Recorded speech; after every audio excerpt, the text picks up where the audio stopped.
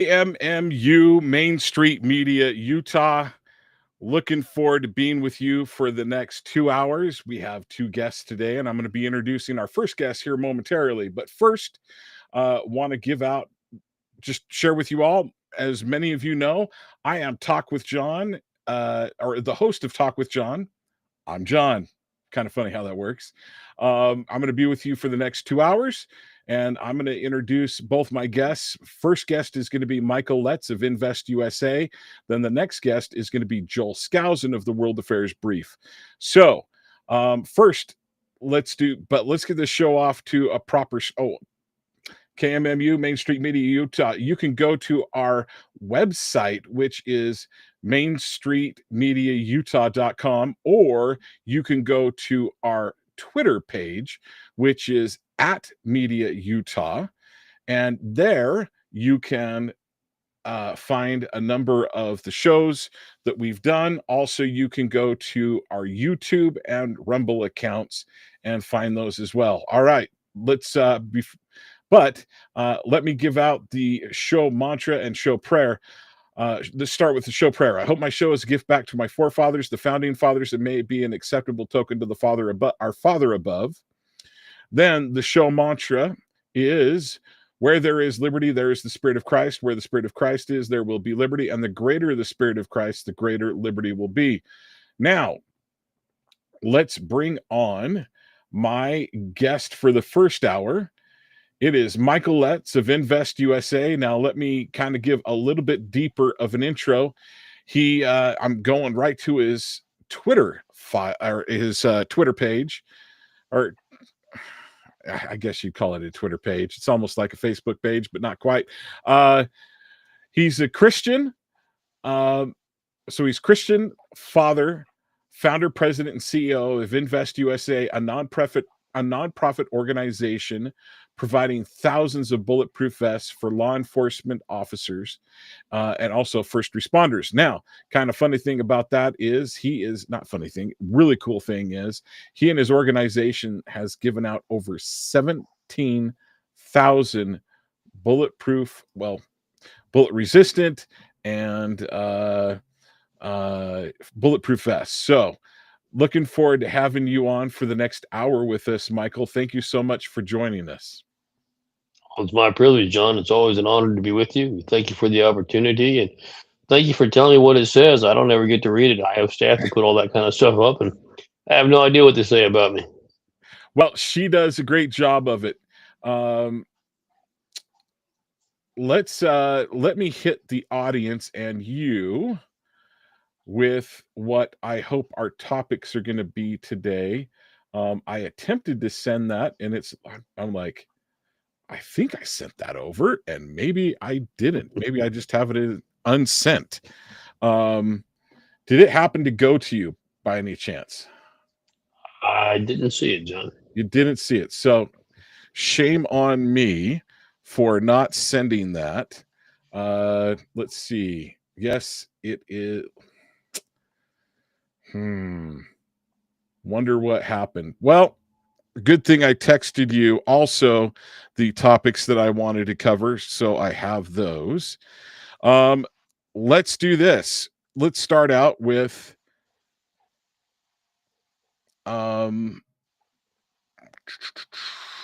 boy.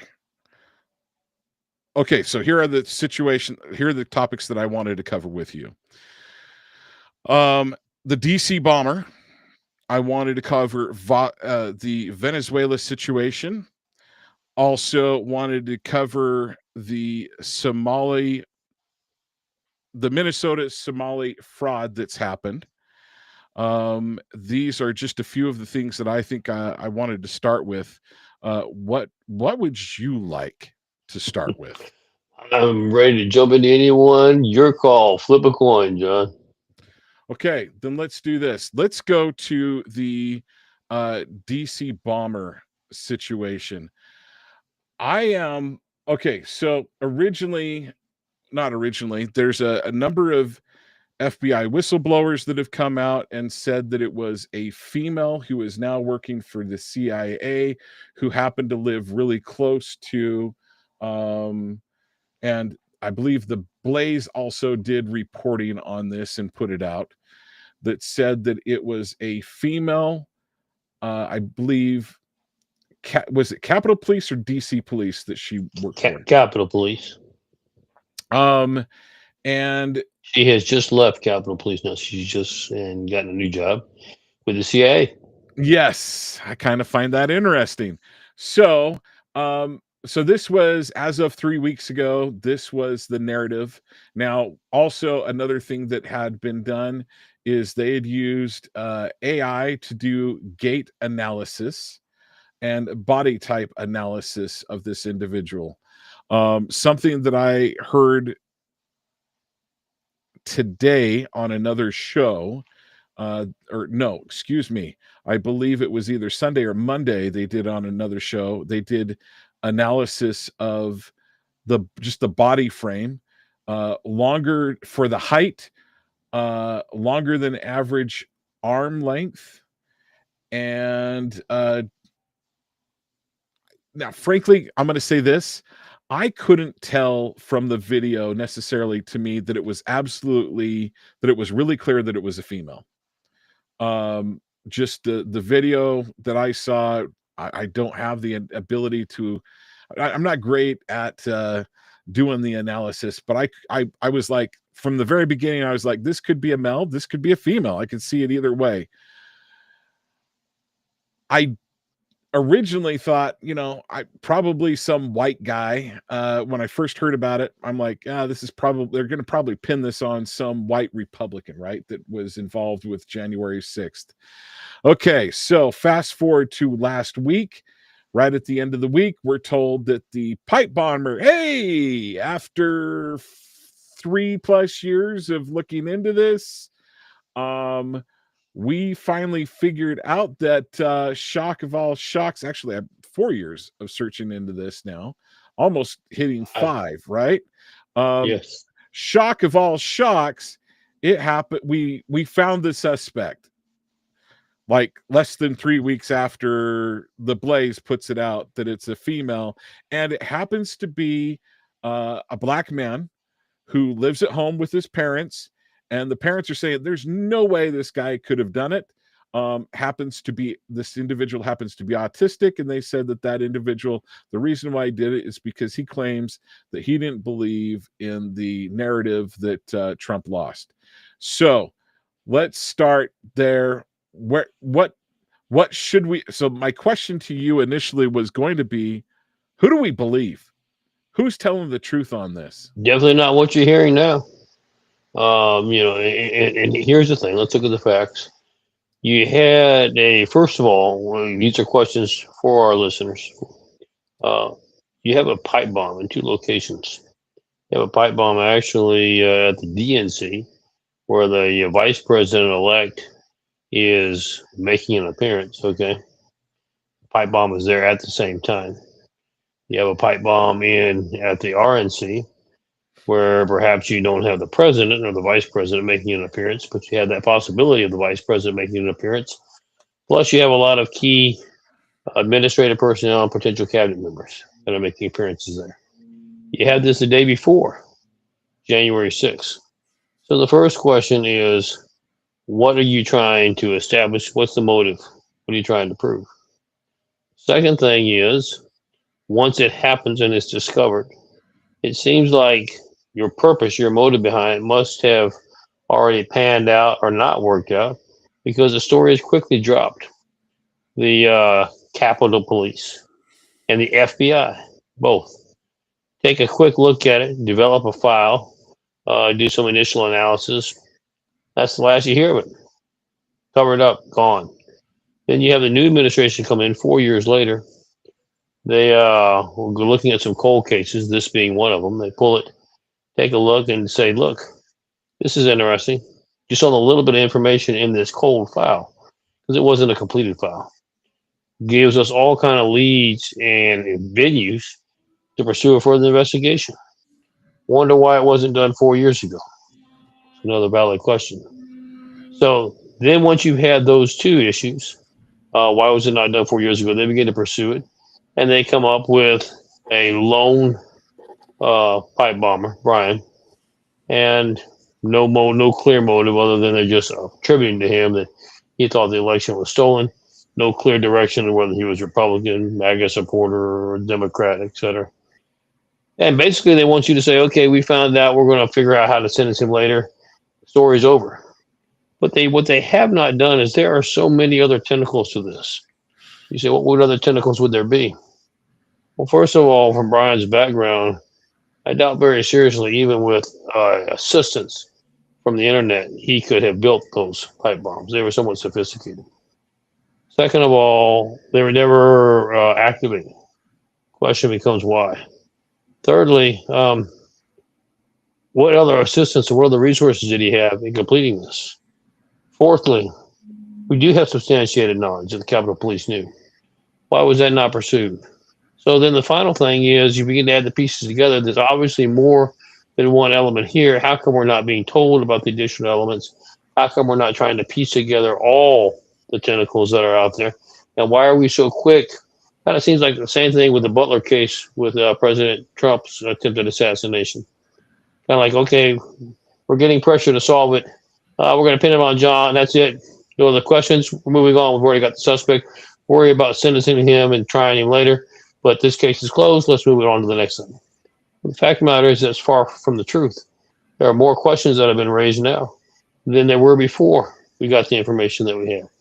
And why are we being, once again, kept in the dark? It seems that we are brought into the light when it's beneficial. And we don't even know that the bringing in the light is the actual light itself.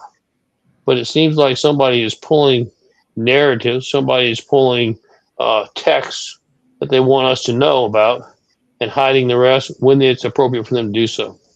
And here's the issue, John. I think the American people are just absolutely tired of non-transparency and non-truth. Now, look, let's talk about transparency for just a moment. In times of war, there are issues that don't need to be transparent. I don't need to tell you, John, I'm thinking about shooting you tomorrow morning, 8 o'clock in the park. You know, I don't need to reveal everything.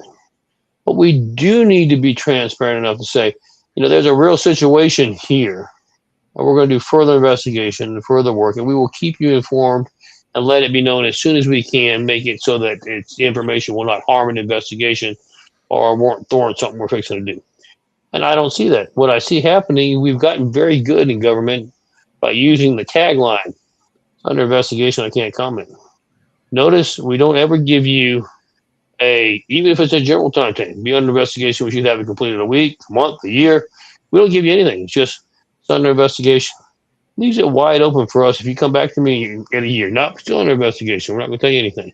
Gives you the perfect out. That's not what transparency for government's all about. That's not what our Constitution provides for. America needs to know. Remember, let's go back to the premise of our Constitution, John. They work for us, not the other way around. It's our money that's paying them now. I realize, quite frankly, that's a whole other matter. Is the Federal Reserve, income tax, who's really paying who? Where's our money, tax dollars really going versus being paid with printed money, indebted money? But that's another discussion. Bottom line is this: the impression is you and I. It's not an impression. You and I are paying taxes, and we are under the impression that our taxes are running the government. So if we're paying for it, we're paying it one way or another. We don't know how it's getting there. But we are paying it. Why are we not entitled to have oversight over how our money is being used? And I think that's what the American people have awoke to. They've realized that in the past, following the premise that my responsibility is to vote. Once I voted, that's it. I'm checking out. Y'all figure it out from here. Let me know when the next election is. It simply doesn't work, John. It never has worked. And now we're really seeing that when we entrust people, you give people too much power without oversight.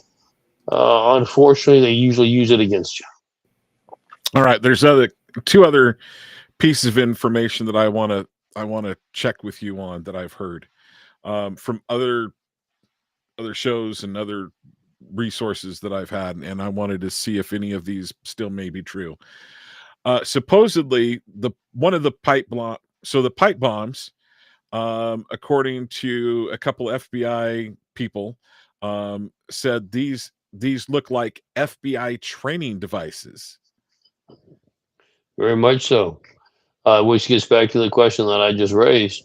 How come we're not pursuing further? How did those pipe bombs get developed? Who put them together? And why are you saying this 19-year-old kid could do it on his own? Um, because of what you just said, from an initial glance, they look like they are certainly not done by an amateur. Now, the question becomes, are they what we call dummy using practices with the bureaus how to dismantle, etc.? And so were you just trying to create an impression? You weren't really, you didn't have the ability to blow anything up. You were just trying to create an impression. If you assume that premise could possibly be true, the question becomes why? What were you trying to accomplish by that? Who else was involved? And what is the outcome? You know good and well that I wouldn't take the risk of doing that if I didn't have some benefit, some reward in putting that together. And we still don't know what that is. And quite frankly, I think one 19-year-old kid is stretching it way too far to assume that he's in charge and responsible for all of it and he did it by himself. Okay, another piece of information according to these different sources that I've listened to. One of them, actually, two of them mentioned that initially a pipe bomb was put at a location that they wound up not being found at, and the police got, I want to say it was Capitol Police, but it could have been DC Police. They actually showed up on site and went to the very specific bush to, Correct. I mean, they walked right to the bush, Correct. They looked knew around exactly the where it was bush, at before they ever got there. looked around the bush, looked underneath the bush, and it wound up not being there. And so this individual said, um, whatever those cops are doing, they're better than any canine unit. We need to start using them as bombs, go checking for, bomb recovery. He goes, these guys are better than anything we have anywhere.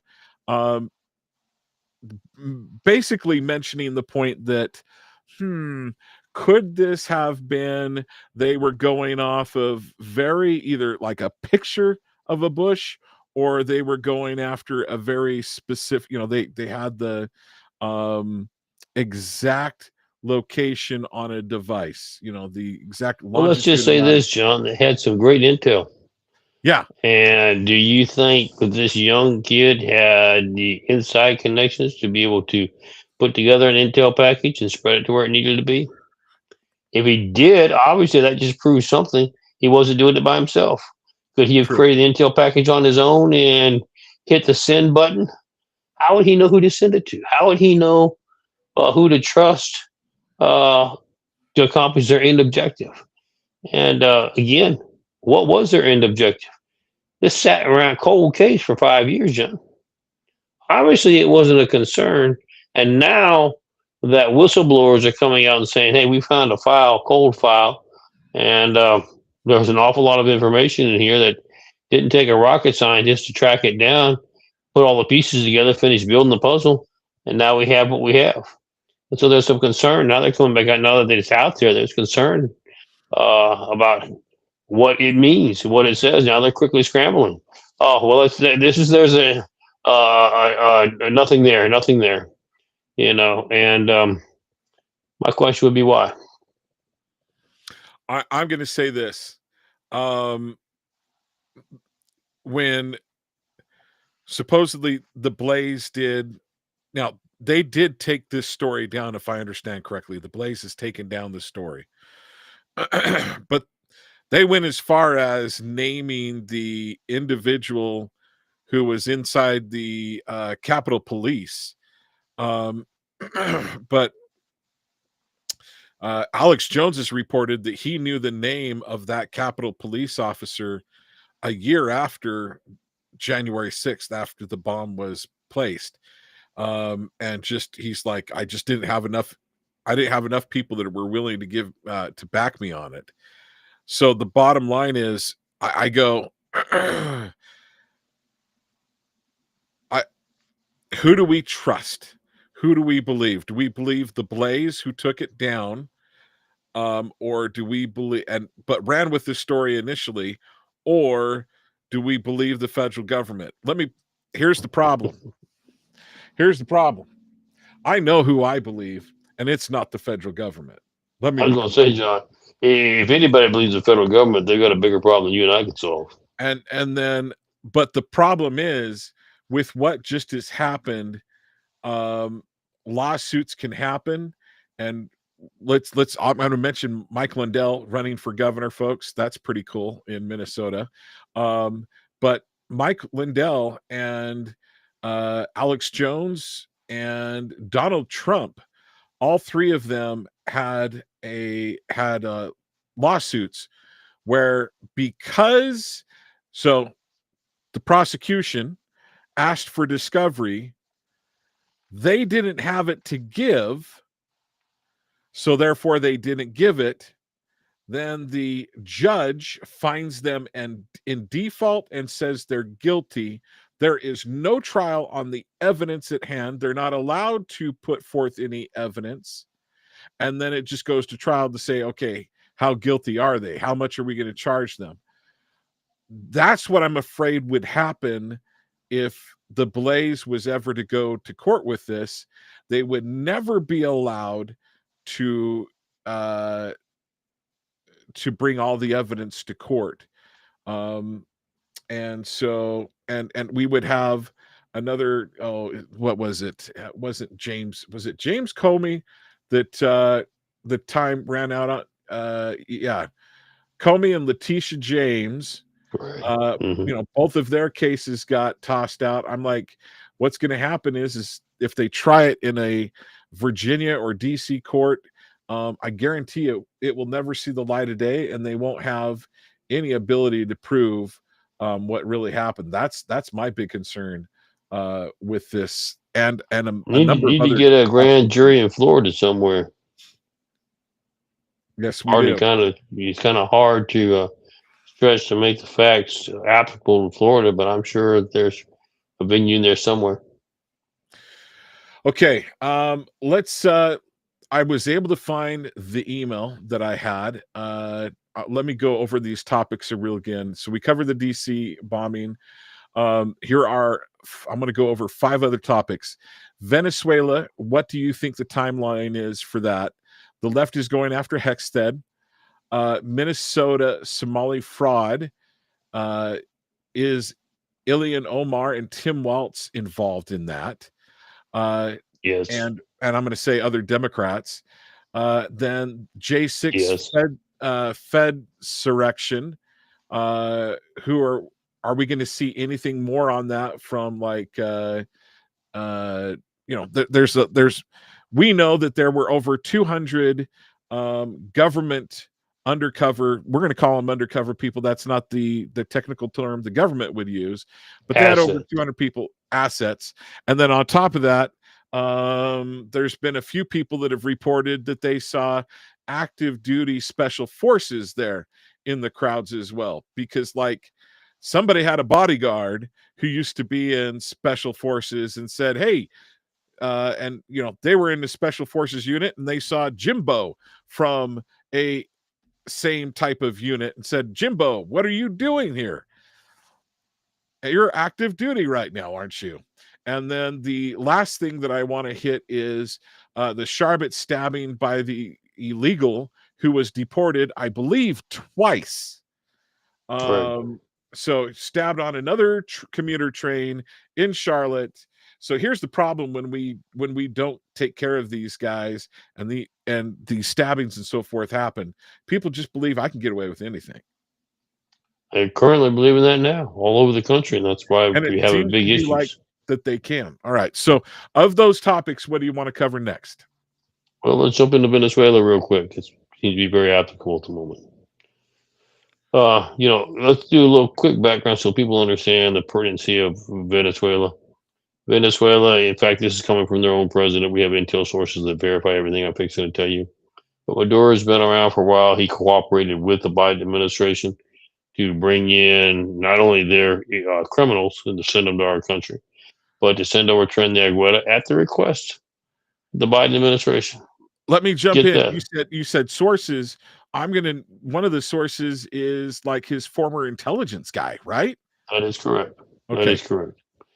And so, and in fact, Madera himself confirmed what we just said just a minute ago. So you've got that. You've got all the fentanyl coming in, killing hundreds of thousands of Americans. So people say, is this just a fentanyl issue? Absolutely not. We've closed down the borders. We're destroying any ships that are attempting to send either fentanyl or gang members to the United States, and that is certainly totally within our purview and totally legal.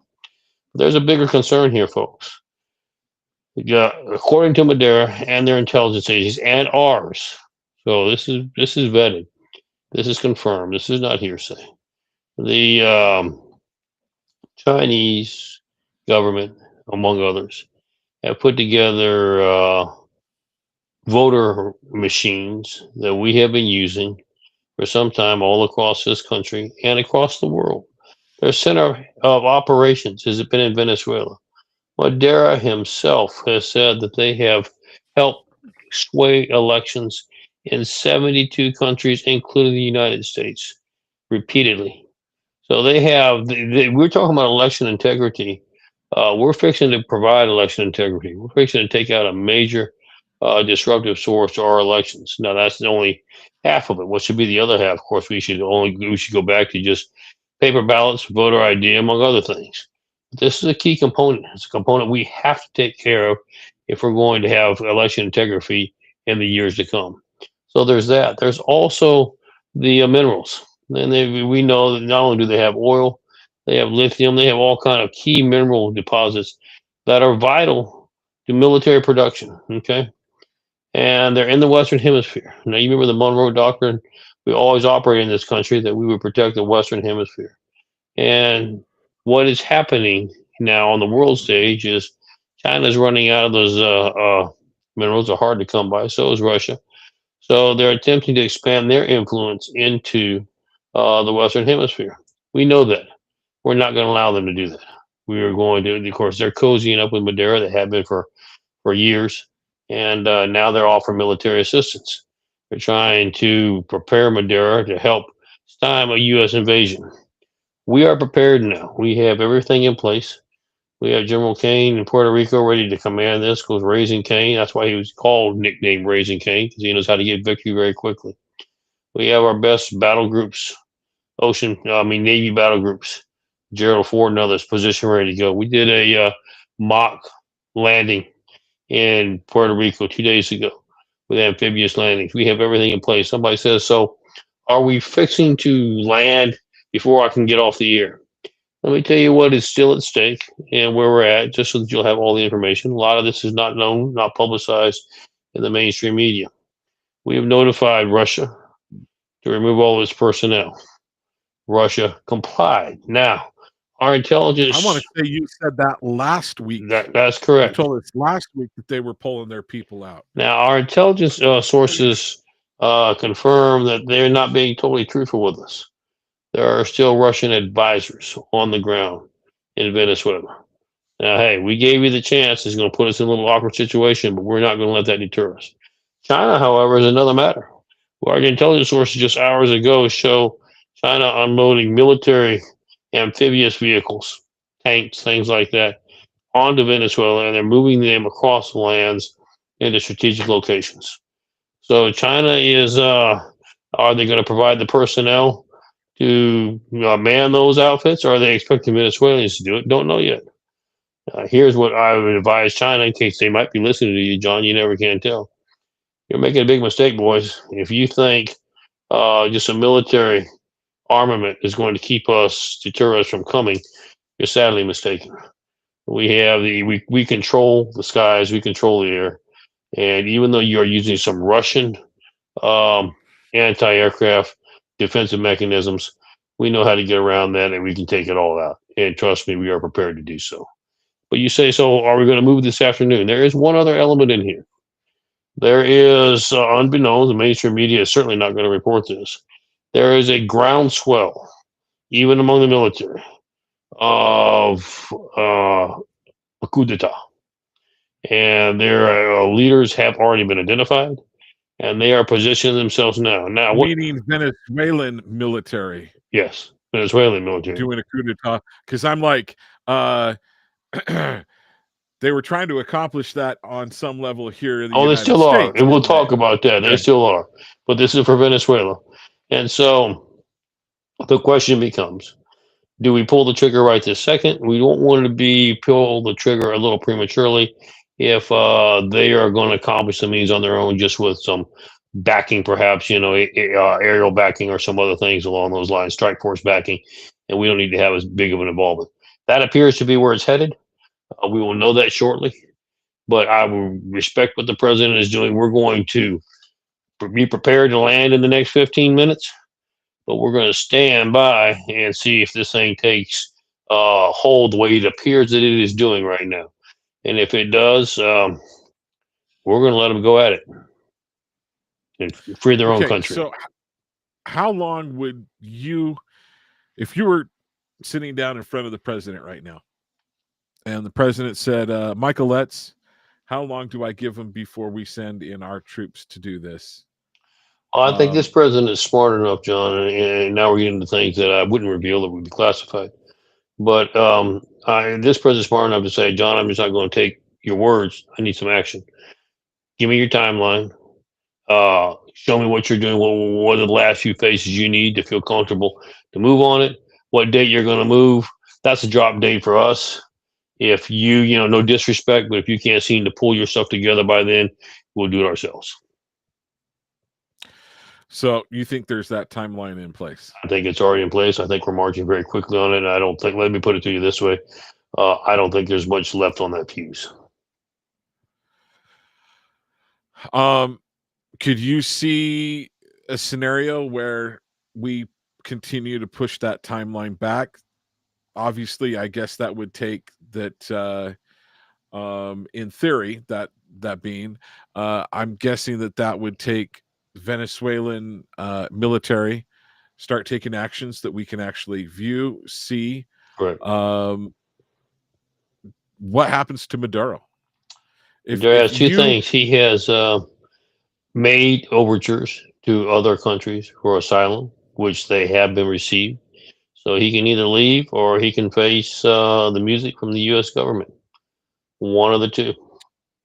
What would you suggest that he does? I will probably willing to be guarantee you he's going to find another place to live, and it's not going to be the United States.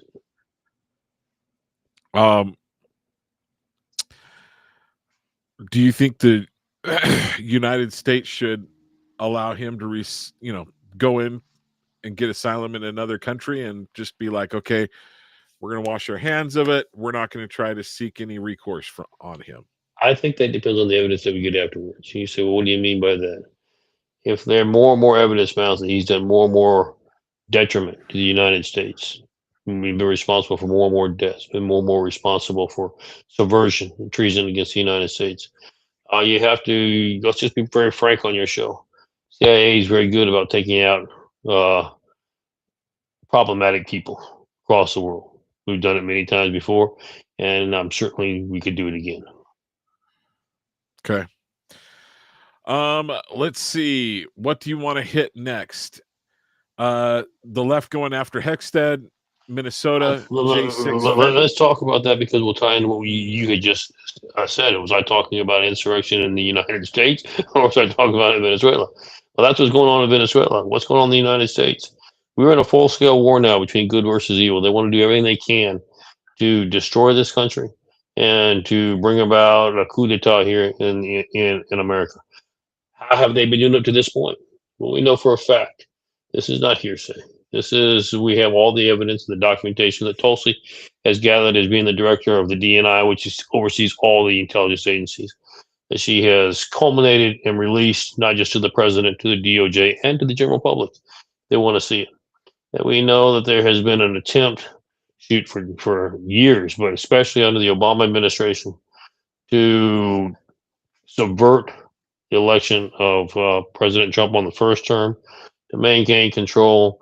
We know this for a fact, he created Russiagate to try to keep this president. It went so far as to authorize the elimination of Donald Trump before he took office, if necessary. They just chickened out and they decided not to do it. But all this is documented. We know now for a fact, even as of today, as we speak, Obama has been traveling across the world telling government leaders, I still control foreign policy, not this president. If you want to, you need something, you need to run it through me Wow. for foreign policy. We know all that is dictated. And so he is still in the process of attempting to subvert and to destroy our government. And that's treason. So we now have Wow. all that evidence. The evidence that I told you that Tulsi put together has been referred for uh, federal grand juries. Fortunately, in jurisdictions that are not part of D.C., because you know what happens when something goes in D.C., it doesn't go anywhere. Right. Those federal grand juries are also will be looking at necessity for military tribunals. This is a very serious matter, one that I have discussed, quite frank, on your show. I think it's one that is beyond the Department of Justice. I think it has to go into a military tribunal. You'll talk about treason and subversion and a coup d'état against our government. And I think the military tribunal is the only way to properly see that it gets done and handled correctly. Of course, you understand that if that moves forward, and it will move forward very quickly, we'll have to make sure we keep those responsible here in this country. And once that starts, John, here's who we know the players are.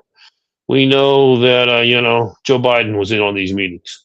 Obama himself was in on these meetings. John Brennan, James Clapper, Susan Rice. We could go down the list. Hillary Clinton. And so now that you begin to expand that operation, boy, it's going to get interesting to see what's under the next rock.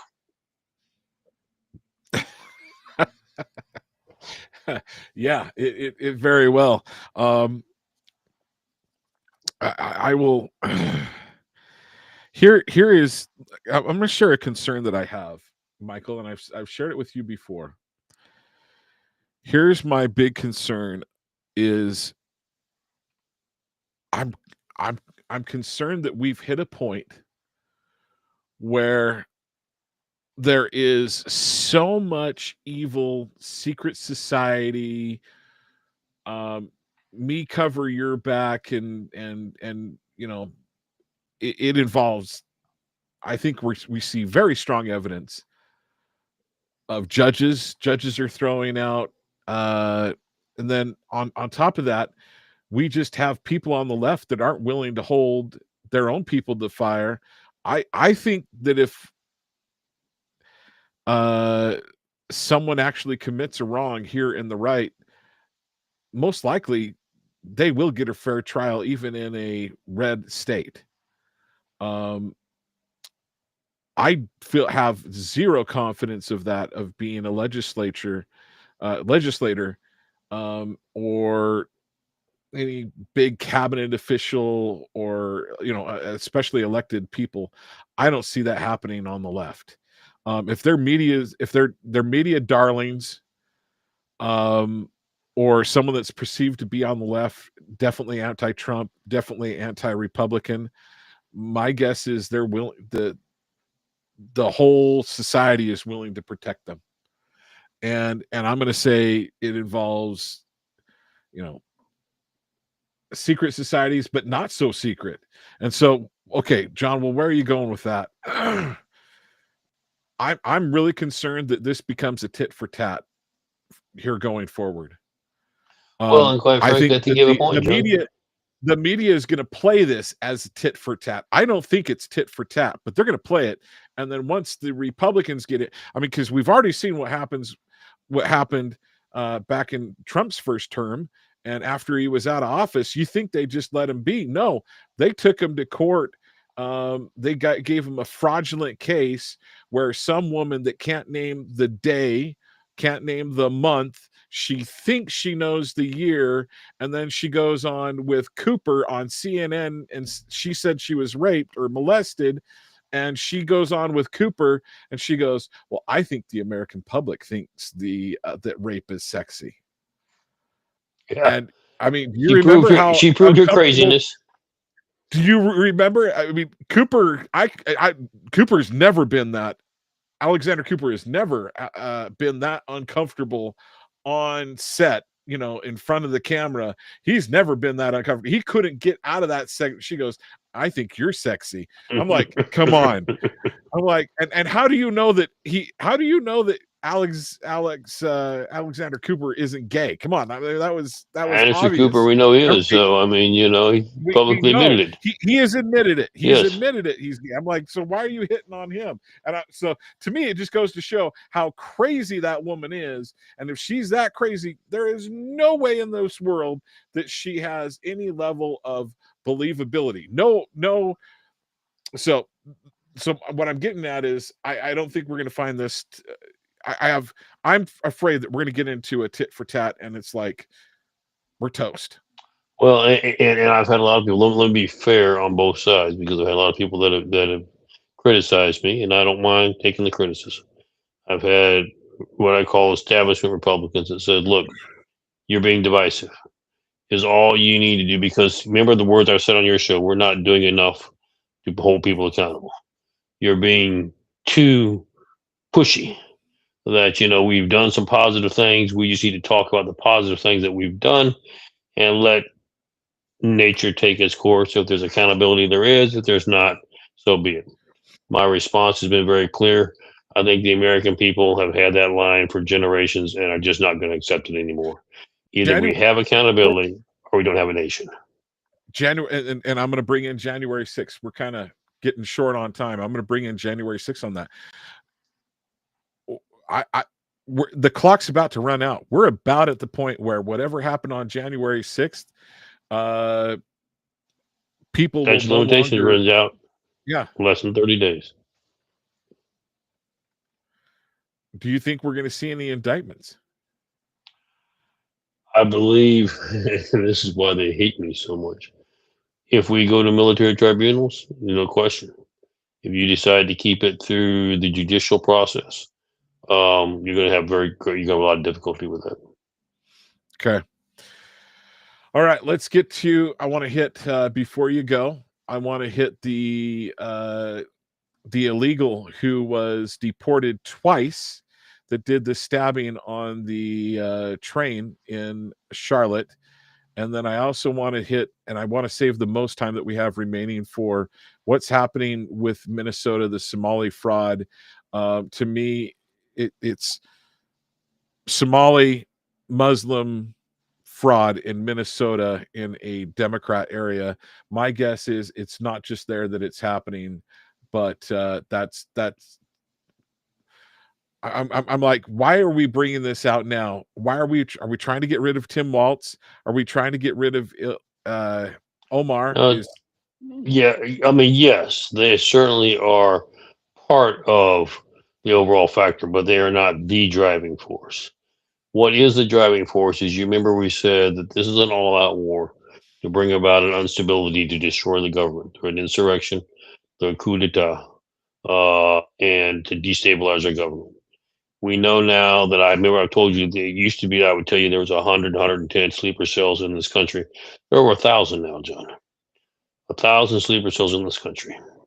We know the Amans have or said, just like with that's Muslim. over 1,000 sleeper cells. Most of them are Muslim. There are a few that are Hamas, Hezbollah, but most of them are centered around.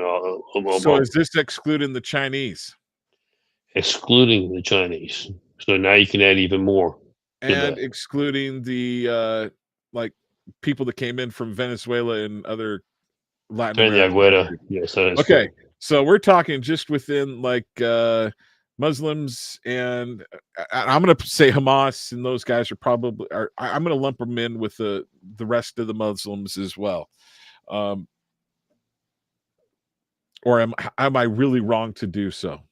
No, you're exactly right. And see, that is their overall objective. We know that there is to overthrow our government. We know that the Amans, quite a few of them, more of them now that we can count across the world, have now called on the sleeper cells to activate and bring in terrorist occurrences on American soil.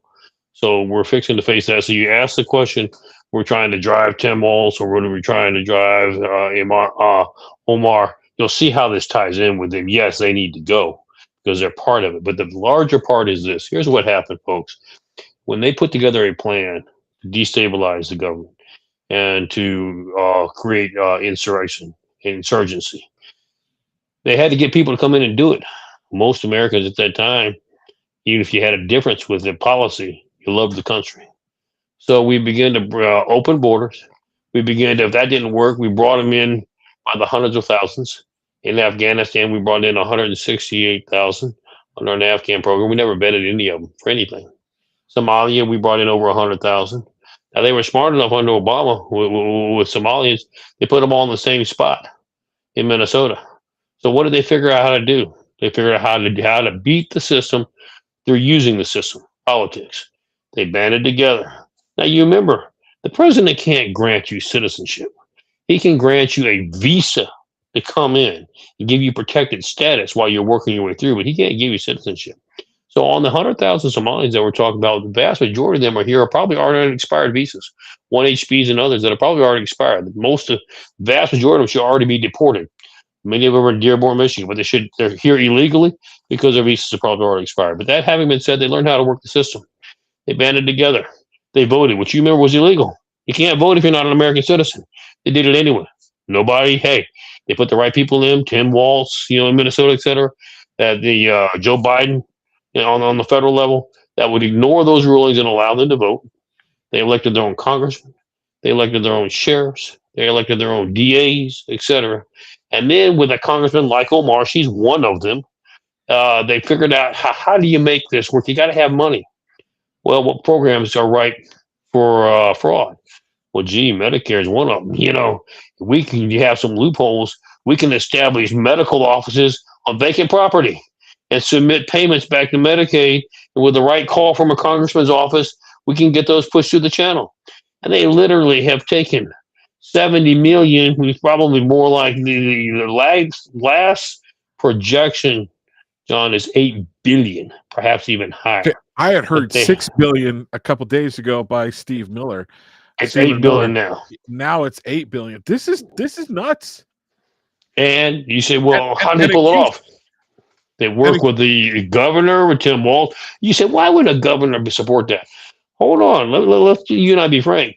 If you've got 80 to 100,000 guaranteed votes, okay, this is not like the American population that 3%, 5%, 10% decide they're going to vote. These people they will hand over their ballot and let you fill it out and turn it in, okay? You've got a guaranteed 100,000, even though they're all illegal. Nobody's trying to enforce that. So you got 100,000 votes. That pretty much guarantees you whatever seat you're looking for. That's a huge sway, okay? Typically in an election, it's like 48, 52, whatever, it's kind of somewhat close. 100,000 just blows that out of the water. Make sure that you get elected. So there he learned how to leverage their abilities within. Republicans weren't going to do it, but they learned how to take over the Democratic Party and leverage their position within the party and get people to support what they wanted. What do they want? Steal from the American people. So they've got plenty of cash to do it. And then they use that cash to do just what we talked about, to subvert the government, whether it is in Michigan, whether it is in Texas, whether it is in Washington State. They take these groups, Afghans, Somalians, Haitians. Most of those are Muslim as well. And they've learned how to beat the system, John. And here's the tragedy about it. What are we doing about it? Nothing. Letting it happen. Okay, here's what we're doing about it. We're giving them money that they can send back to the terrorists. They are. We're plenty of it. We're letting Ilhan Omar come into the country, marry her brother. Reports are just a mockery of our standards for immigration. She made a mockery of it, and she's sitting in Congress and haven't done so. Now sitting in Congress. To me, I'm like, that woman, committed fraud to become an American citizen. I wish the founders would have said, birthright, you have to be just like to be a member of Congress or to be a member of the Senate. You should have been, after like 20 years or 30 years or 40 years. I wish they would have put a proviso in there. You had to be a naturalized citizen to hold those offices. Because not naturalized born citizen. Yeah, naturalized born citizen. Sorry, naturalized born citizen So both your parents would have had to have been citizens, and then you were born a citizen by two natural citizens or naturalized citizens. And so this isn't, but it's not just happening with the Somalis. It's also happening with the Indians, uh, people from India. And the problem is they come here and they start voting to protect their own group Correct. specifically. And Ilhan Omar has gone, when she first ran for Congress, she was not worth very much money. She's now worth, according to reports, somewhere in the neighborhood of $30 million. Oh, and she's not like just some normal, she likes to claim that she's black, right? Needs reparations. And she's so oppressed and likes to talk about her slaving past. According to reports, her family was slavers. That's correct. That is Like correct. like parents and grandparents. People say how you 30 million, how is it possible? You talking about taking 8 billion? 30 million is like a tip. Oh I yeah. mean, it's disgusting what they've done. I just saw a video right before I came on your show in between shows that I was doing from a Somalian who on TikTok saying, "You think you're going to make us assimilate and be a part of your country? You're sadly mistaken. We're taking Right. over your country. You will assimilate to what we do, not the other way around." That is their mindset. That is their intention. Yes. And on a big level, that's happening. So you play loud music at midnight. If you were to play loud Christian music at midnight in places in Minnesota, Christian rock, I guarantee you would be nailed by the police for disturbing the public peace. Yet they can Correct. have call to prayer at midnight, and Yep. these are on blared over, basically blared over Loudspeakers. loudspeakers that can be heard 2 miles away from their actual, where it Correct. broadcasts from. So yeah, bottom line is, what am I getting at? They are trying to destroy us from within. The George Soros, and his ilk. I'm going to guess, probably BlackRock is involved in this on some level.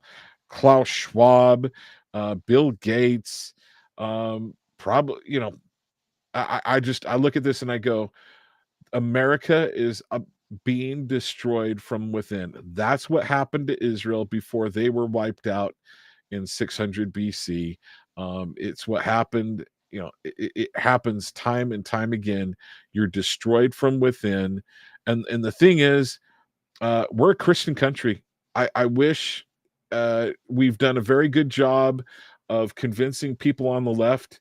I was having a conversation with an individual who has been in high positions in his church, and he's like, he goes, Satan's going after the families to destroy the families and trying to convince individuals, trying to get them to question their identity, being separate from sons and daughters of God and followers of Jesus Christ.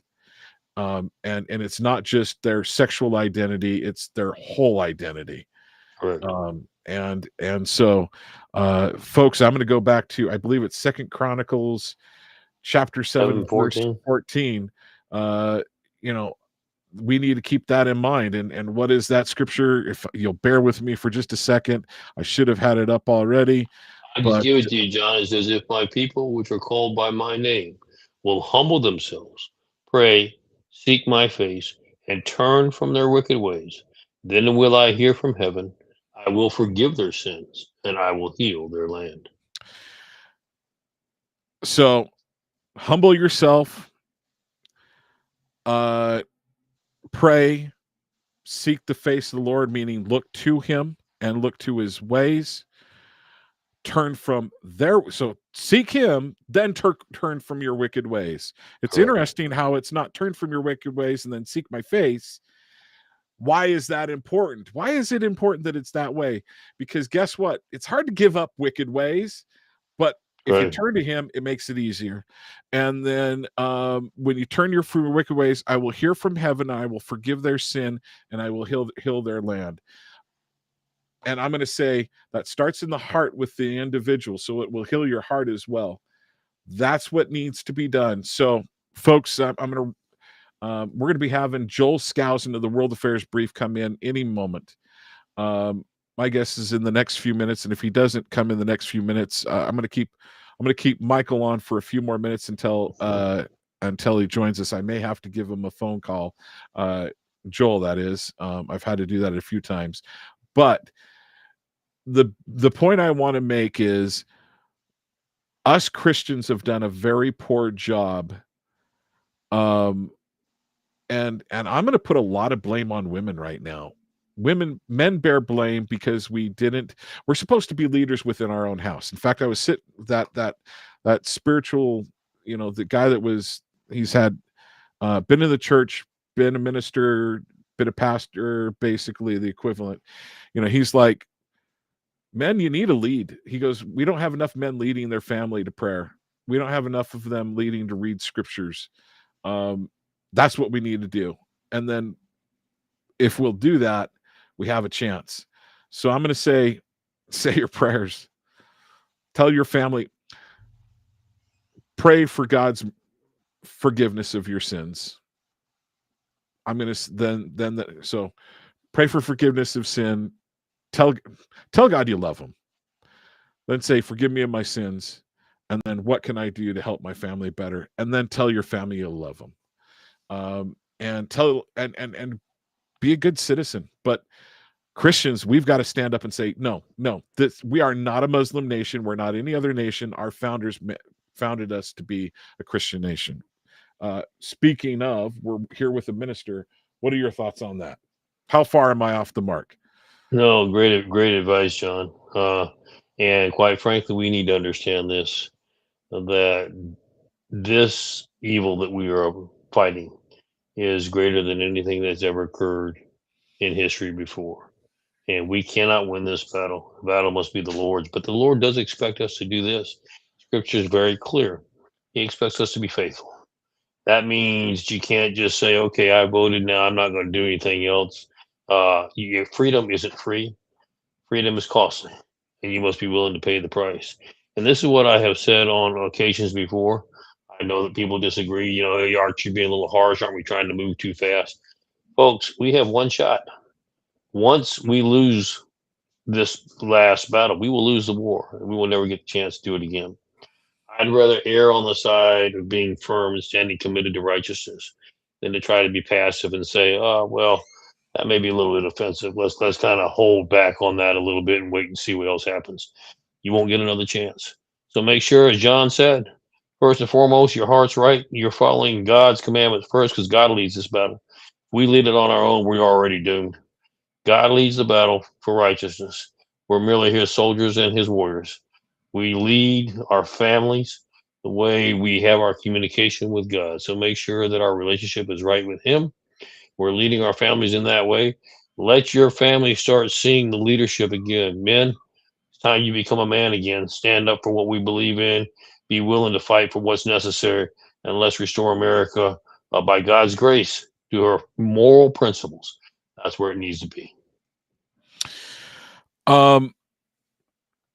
What other story do you what other story have we left out? And I'm going to reach out to my other guest. A lot of times my producer will do this. He happens to not be with us tonight. So I'm going to mute my side, but I'm going to say, what else would you suggest? And then I'm going to give what other story should we mention? And then if you don't mind, I am going to make a quick phone call real quick.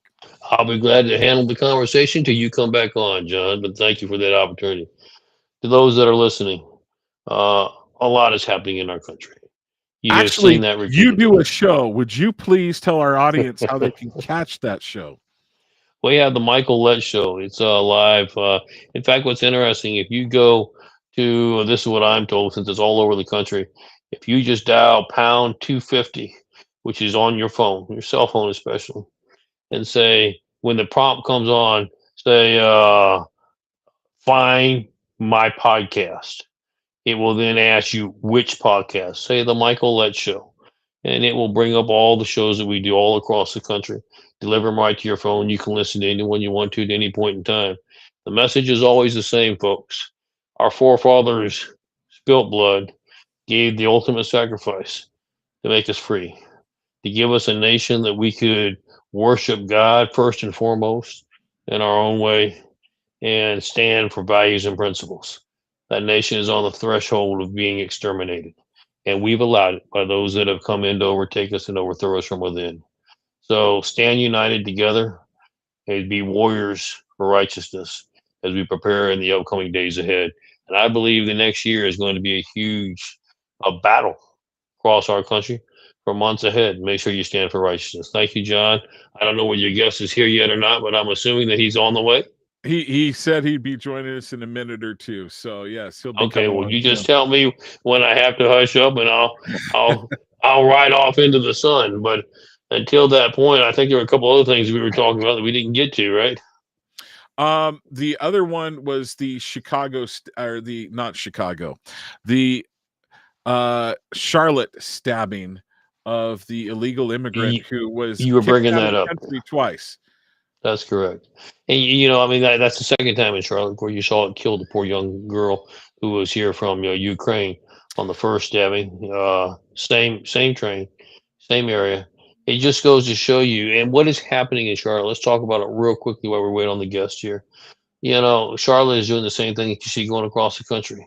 There is a group that are resisting ICE locking up, picking up illegal immigrants who are criminals. These are people who are not just here illegally, which makes them a felon, by the way. They're criminals anyway, but they're beyond just being a criminal, a felon for being here illegally. They have committed rapes, murders, robberies, vandalism, etc. And they should not be in this country. You know, you say, what is the problem? Why do we have to try them here and spend your tax dollars to put them in prison and you and I sustain them for life? What needs to happen is what this president is going to do. You don't belong in this country. We're shipping you back to your country. Your country can decide whether they want to allow you to have your nefarious ways running up and down the streets or whether to execute you, which is what they do in a lot of these third world countries. They don't spend taxpayer dollars locking you up. They just execute you. But we're going to send you back and make sure you never come here again. And yet we have people who are just ignorant, who are standing there trying to block ICE from doing their job. We have elected leaders that are encouraging our people to do that. Why would they do that? They're hoping to be able to build a base to get all these illegals to vote for them, which you remember is illegal to begin with. We're going to shut that down. At the end of the day, they're going to be left holding the bag. They're on the wrong side of the issue. And let's make sure we call them out, and let's make sure that we hold people accountable for their actions. Well, Michael, I'm going to say thank you for your time. I'm not sure if my screen is no, it's now It was frozen. Now you're free. Okay, so our other guest has joined us. So, folks, real quickly, Michael, will you please tell people how they can find out more about you and your organization? Sure. If they go to our website, that's investUSA.org. It's a charity.org. You can, during this Christmas season, our law enforcement and first responders need you now more than ever. Make sure that you show the spirit of Christmas. Give them a gift to make sure that they can have the best necessary to do their job. Their job is they're trying to protect you and bring this country back to safety and sanity. So please, let's help them out. Go to our website. You can follow everything else we do there. God bless you. God bless America. Merry Christmas. If I don't get to talk to you before then. John, thank you so Merry much for the Christmas, brother. opportunity. Absolutely. Also, folks, you can follow Michael Letts on Twitter. You can go to Invest USA at Twitter, and also I believe it's Michael Letts. Let's see. Oh boy, Michael You know Letts better than I do. US. Michael Letts his dot US. personal. Yes. I see it as Michael Letts US, no dot, for when it comes to your X profile. Oh, that's Okay. right for X. We've got a website that's like that as well, michaelletts.us or something along those lines. And now I'm getting the spinning beach ball of death on my computer. Oh, that sucks. So Joel Skousen. So, Michael, I'm going to say thank you for joining us. It's not allowing me to bring on Joel right at this moment. So, folks, I'm going to say, Michael, thank you for joining us. And I'm going to bring on Joel. I will bring him on momentarily. I'm hoping. Yes, there we go. All right. All right. So, let's go ahead and bring on Joel. Michael, thank you for being here. Take care. Thank you. God bless. God bless America. All right, Joel, thank you for joining us. Appreciate you being here today. Well, it's happy to be with you, and I certainly appreciate what Michael Letts said about not paying to imprison these people here. Let's deport them. And even the state of Illinois has established criteria where they've released out of custody 1,800 criminals in the past year and released them back into society. So we need to support ICE, as you said, and get these people deported. Yeah, send them back to their house, send them back to their own countries. But unfortunately, Biden called up Venezuela and told them to bring him here, and probably my guess is many other countries he told them to do that with as well. All right, so let me do this, folks, to the audience. Let me, Joel, since I got you on, I am going to do a quick introduction of you. Well, let's dispense with that since we're late. Let's just say okay. I'm the editor of the World Affairs Brief. Done. So, editor of the World Affairs Brief. You can go to worldaffairsbrief.com. And okay, Joel, let's get to it. Here are a number of topics that I threw at you to talk about. Let's see. Let me bring up that email that I sent to you today. With the topics. Boy, my computer is just not wanting to play nice with me today. Putin refuses to compromise on Trump peace deal, Venezuela and drug threat, the key vulnerability of the U.S. air power, China ramping up missile production, and competency at the Trump DOJ, the call to not obey illegal military orders, and if we can get to it, year in review and predictions for 2026. We may not get to predictions. We may have to hit that in January. So where do you want to start, Joel?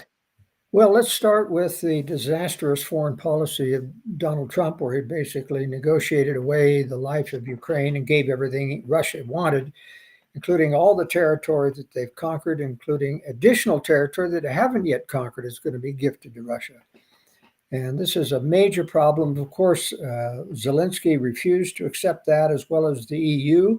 And interesting enough, as I've covered in the World Affairs Brief, when I went over the entire 28-point sellout of Ukraine by Trump, he essentially wants to get Russia back in the economic community, to give them back all their funds. Well, at least he's going to use some of those confiscated funds or sequestered funds in the European Union to pay reparations. But the U.S., according to Trump, wants to take 50% of that just for ourselves. So it's really a real problem going through the 28 points. The biggest problem, of course, is he's granting amnesty to Russia for all its war crimes.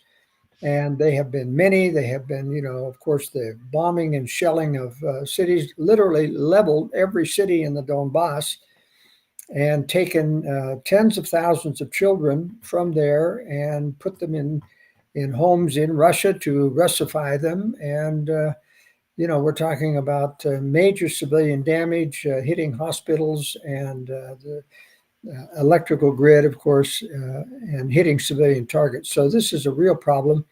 Now, the Trump, interestingly enough, even though Zelensky and the EU refused to accept that. And they were right to do that, because part of the 28 points were making NATO require that they would not accept Ukraine into NATO. And NATO and Ukraine was going to have to give up these territories, which is against the Constitution. They'd have to have a constitutional amendment, which is done by Parliament. Zelensky couldn't have signed those. NATO couldn't have signed them. They have to get unanimous agreement of all the countries in the EU to prohibit a nation from entering, because the bylaws of the EU, of NATO, state that any country can apply, and they have to be allowed to apply. So there's a lot of things that happen in there. This was simply regurgitating a wish list from Vladimir Putin, and it wasn't accepted. So dutifully, Mr. Witkoff and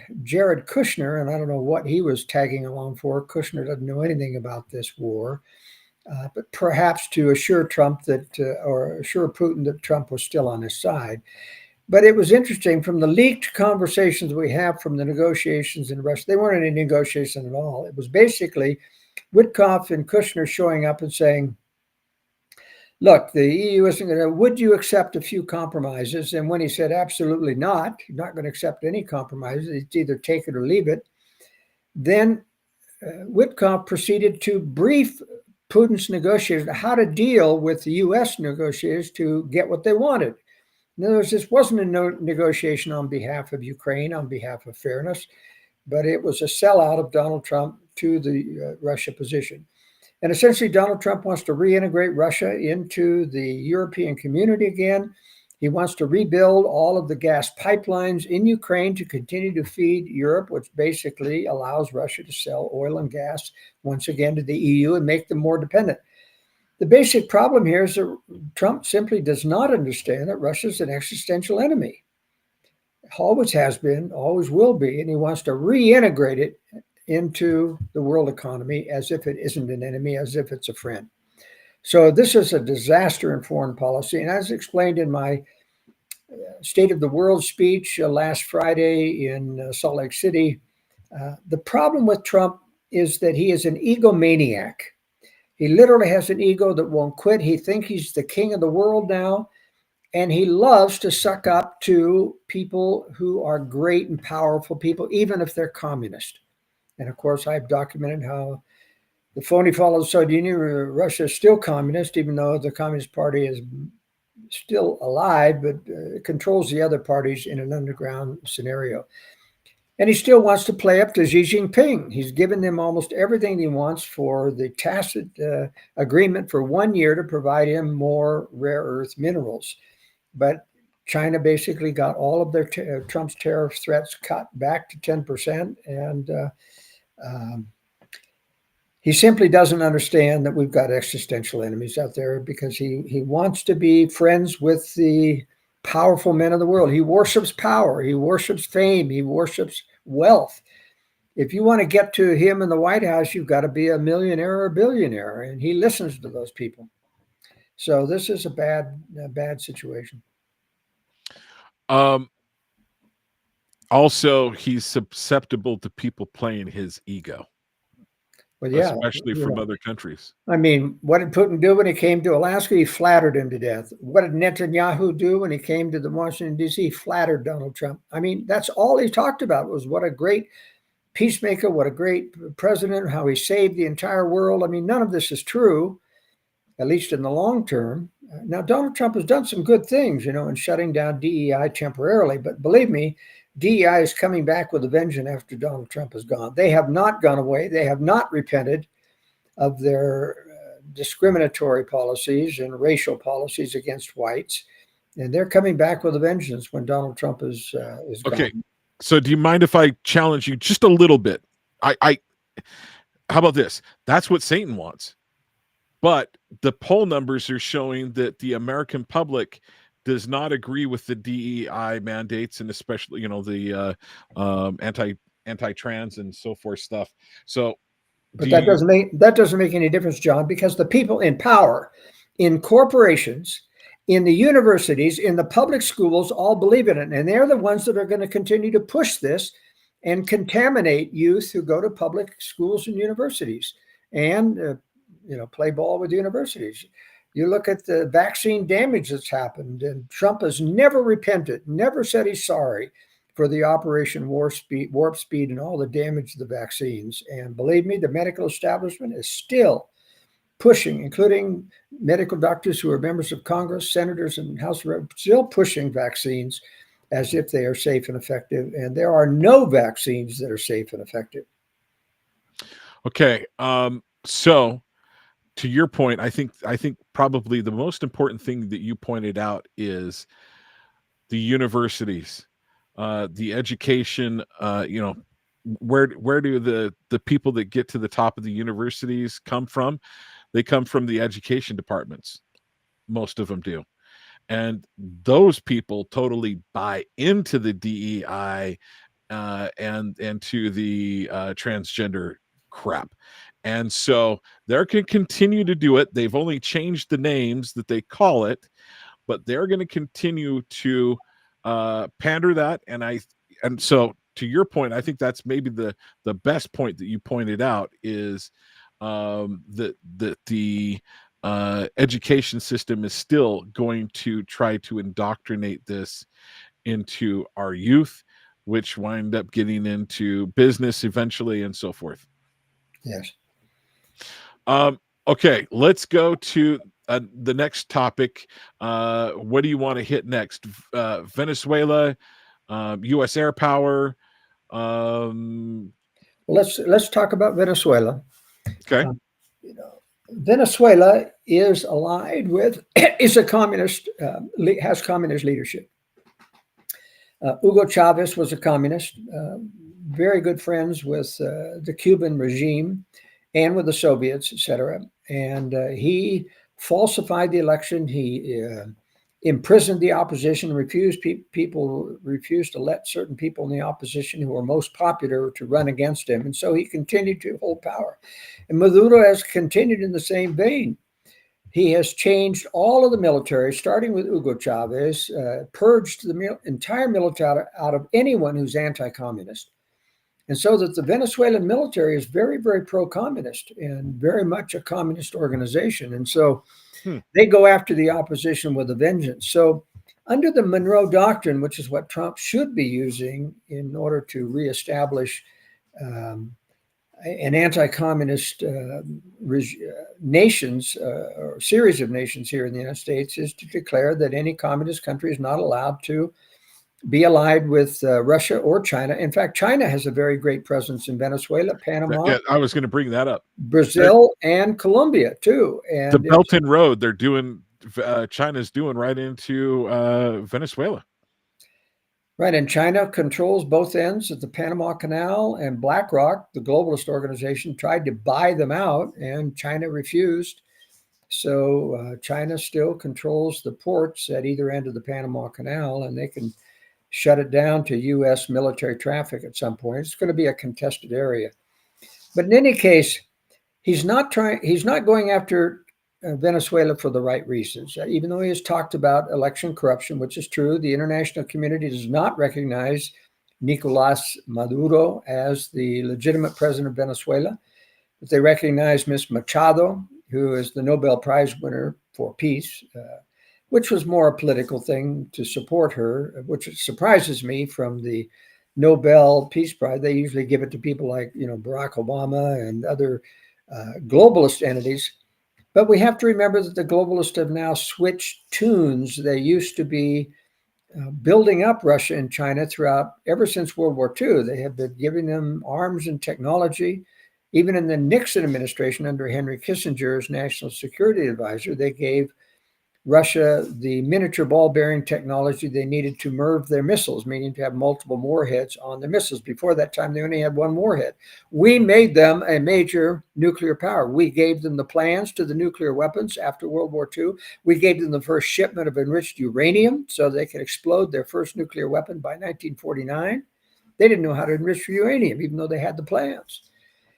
And so we built them up, but the globalists did this. They covered for the Soviet Union all during the Cold War. We lost Cuba, Venezuela, Angola, Cambodia, Laos, Vietnam, all of those things. So we didn't win the Cold War, even though there wasn't a nuclear war. But the problem now is that, or the good thing is that the globalists always switch sides before the war that they build up enemies for, World War III. Just before World War III, they switch sides and start to attack the very enemies that they build up, Russia and China. And so now the conservatives, of which I'm one of, but I don't buy into this, have come to the conclusion after the phony war on terror that everyone the deep state goes after his enemy must be innocent.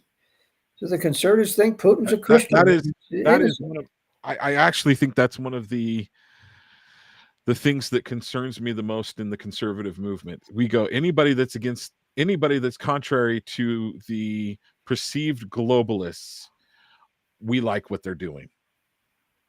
Well, and same thing goes for the mainstream media. You know, for decades, we conservatives have complained about everything the media do. They promote vaccines. They didn't cover any of the vaccine damage. They promoted the emergency powers. They promoted everything in the COVID pandemic.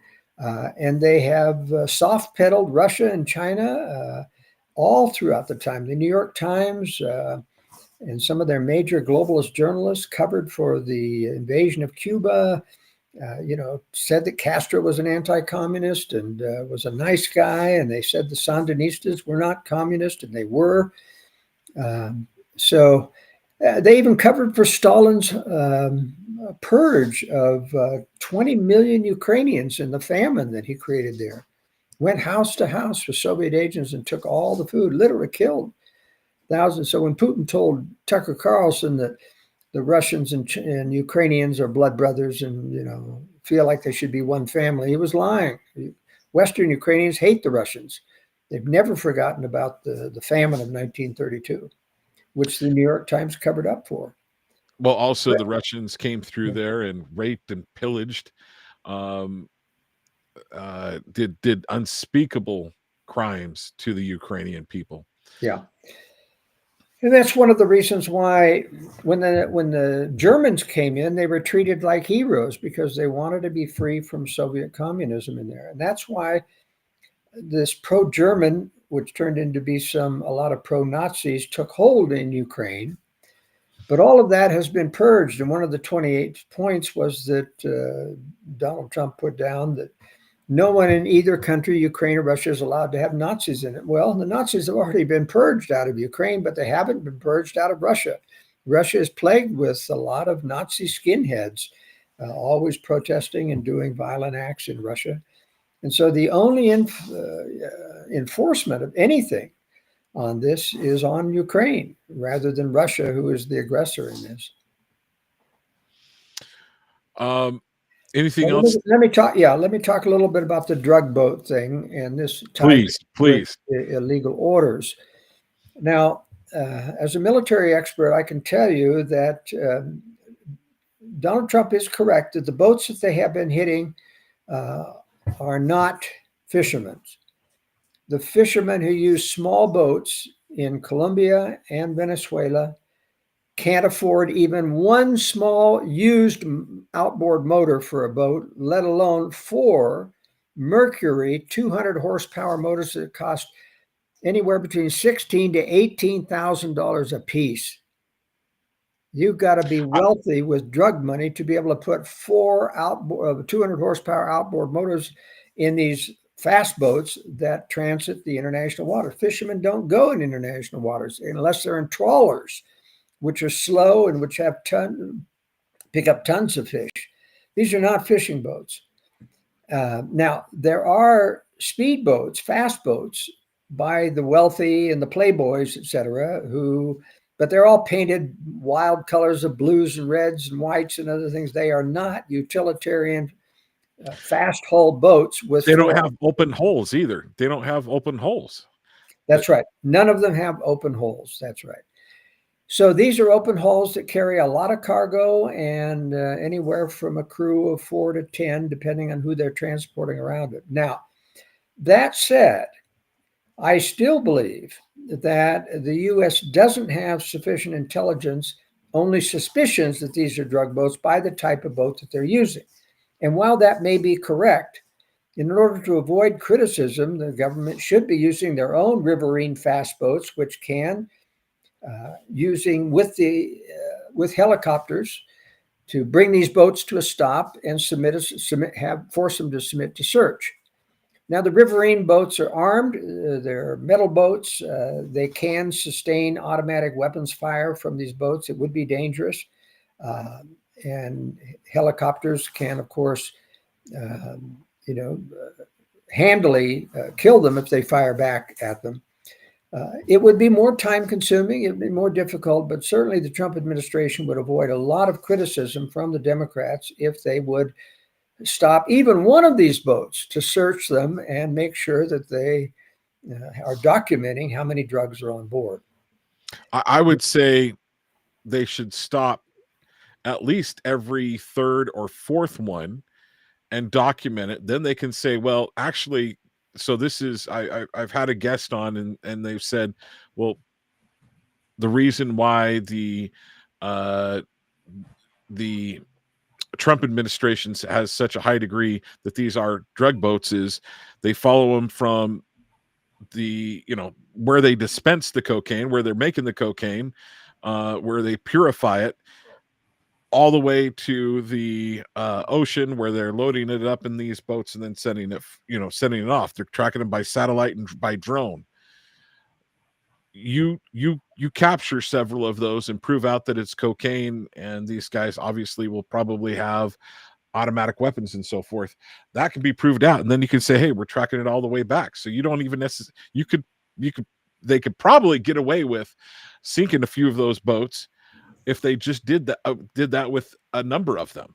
Well, you're absolutely right, and I'm sure that the government does have surveillance and satellite footage of tracking trucks from the processing plants down to the wharf and seeing them loaded on these fast boats. But they are reluctant, of course, to show that kind of video because then they're afraid that the cartels know how much coverage they have. Well, I think the cartels already know that. I agree. But in any case, the government chooses not to relay their methods or reveal their methods and how sophisticated the photography can be from satellites. I'm not sure the U.S. is using drones, but in any case, when the U.S. does drones, unlike Ukraine, which builds them for $100 a piece, the Ukraine or the U.S. military complex will charge $10,000 a piece for drones, and so it keeps us from having a very huge stockpile of drones. In any case, these end up being illegal orders in a sense to kill people where you don't have evidence. And, the administration basically has taken the position there is no such thing as an illegal order. If you're given an order by your commanding officers in the military, it's considered legal. And that is simply not true. Every violation of the Geneva Convention, including shooting unarmed prisoners, is an illegal order. And soldiers really know that. You don't shoot unarmed prisoners. But in both world wars, we did shoot unarmed prisoners, and so did the Russians, and so did the Germans. A lot of people did it. We bombed innocent civilians, which was against the Geneva Convention. We firebombed lots of German cities and killed hundreds of thousands of innocent civilians in the war on terror. A lot of people don't realize what David Irving, the well-known British historian, said, that Churchill wanted to induce Hitler to bomb London. And so he was the first to bomb civilian cities in the Ruhr district of Germany, which made Hitler mad enough that he began to bomb London. Before that, he had only bombed military targets. Now, that's not saying that Hitler was a nice guy, but Hitler wanted to have Britain as a partner in world control, to join the British and the German empires. And that's what he was thinking about. But, Churchill, being a globalist, wanted to provoke a larger war. And that's why, the United States continued, even though Germany tried to surrender several times, and several generals and groups of generals tried to surrender several times, the U.S. would not allow it until they had unconditional surrender. And where they had destroyed Germany so that it could never really recover. All the while building up the Soviet Union with Lend-Lease, including, as I said, whole factories for trucks and airplanes, and giving them designs of all of our airplanes and giving them all of our technology, nuclear and otherwise, because they were basically trying to build an enemy. And then there was Operation Keelhaul, of course, where the globalist Alger Hiss, who had joined the Communist Party, so the Communist Party wouldn't think anything about his helping them so much. But he basically got Roosevelt to give the Russians all of Eastern Europe. as well as force the all of the Eastern Europeans, even those who had never lived under communism that escaped after the Bolshevik Revolution, forced them all back into the Soviet Union, where they were put into slave labor camps or killed. And Stalin held back 30,000 US and British soldiers that he liberated from prisoner of war camps in Germany and refused to give them back to the US unless they did Operation Keel Haul. And then when we did, and forced all those Eastern Europeans back, and many of which committed suicide rather than go back to the Soviet Union, Stalin did not release any of the 30,000 prisoners. And the US and British governments never told the American people about it. It's all documented in a book called Other Losses, and it's very, very sad to talk about. Yeah, I'm gonna let it go at that. Let's. What are your thoughts? Should we go to the key vulnerability of U.S. air power? Oh yes, that's a very important one.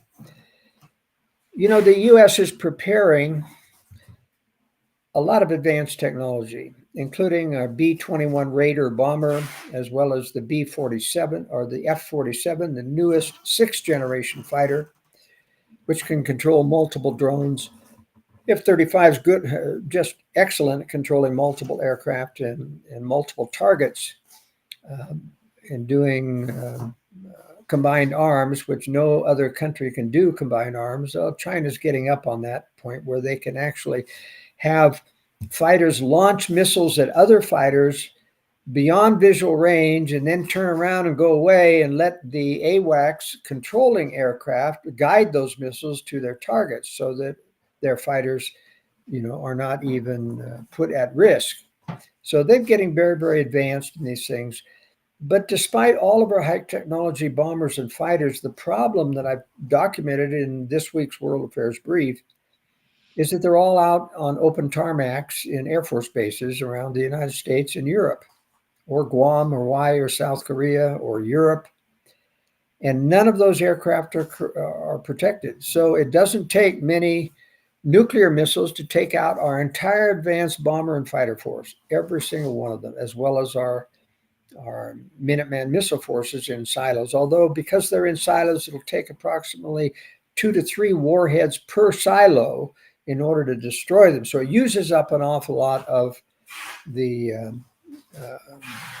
missiles that we have against us. But in any case, we have a lot of technology to throw at China if they invade Taiwan. But China has thousands of missile launchers on the east coast of China, aimed out at Taiwan and the sea, and literally they can put 100 missiles on every aircraft carrier that we send out there to protect. Now, our aircraft carriers have the SM-6, the Standard Missile 6, a very high sophisticated interceptor, but they can't handle 50 to 100 missiles, hypersonic missiles, let alone, which are almost impossible to track, coming in against them. China's gonna sink some of our aircraft carriers. Sink some, or do you think sink all that we put up in that area? Well, they all won't be in the area, but anything that's put Right. up in that area will be targeted. And we're going to lose some aircraft carriers, not all of them, but some of them. So And let me just point out there's 5,000 people on those Ford-class aircraft carriers as well. And then how many other ships, surrounding ships, will they take out as well? So there are normally eight other accompanying ships in a task force and a couple of submarines as well. And our submarines are pretty good, although, you know, China now has some very, very quiet diesel submarines, and they can't patrol and go as far as our nuclear submarines, but they're pretty hard to detect. Our attack submarines can still get at them, but if they send a swarm of submarines out there, they won't get them all. That's the problem, is that they are creating a massive quantity of arms that can overwhelm our technological advantage. And the United States Pentagon has continued to downplay the nuclear threat from China, saying for many years that China only had 300 nuclear warheads. But let me tell you, China has at least 3 and perhaps as many as 10 warheads on some of their DF-41 missiles. that means you can count the number of missiles they have deployed or are deploying, and they're going to and multiply that times 3, 8, or 10, and there you're going to have the number of warheads they have, and that's going to amount in the thousands, not in the hundreds. Well, we're hearing Trump and also the military, military generals and admirals saying that we currently still have the most nuclear missiles. That's also trumpeted by like people like Ben Shapiro and It's even not true at all. Not true at all. We may have 12,000 warheads. We don't really know what the Soviets have because they build those missiles in Yamato Mountain, a complete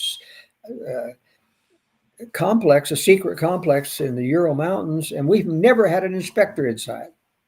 So we take them at their word of what they've got.